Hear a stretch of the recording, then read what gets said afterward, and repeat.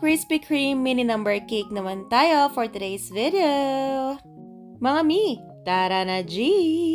Brown out ka lang, baker ako. Naku, naman talaga kung kailan gumagawa ng cake doon pa nawalan ng kuryente. Ano ba naman yan?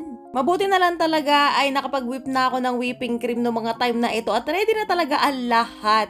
Pero syempre, ayan, kahit na walang kuryente, kailangan nating i-vlog to kasi Krispy Kreme team ito. Minsanan lang tong mangyari mga mi. Amazing! At syempre, mini number cake ulit tayo. Ayan, mini number 2 pang second monthly milestone ng ating baby Suki na hindi na natin suki dahil sa kanyang moder na hindi natin maintindihan kung attitude ba o hindi. Basta, bahala na. Hindi na natin kukwento yan.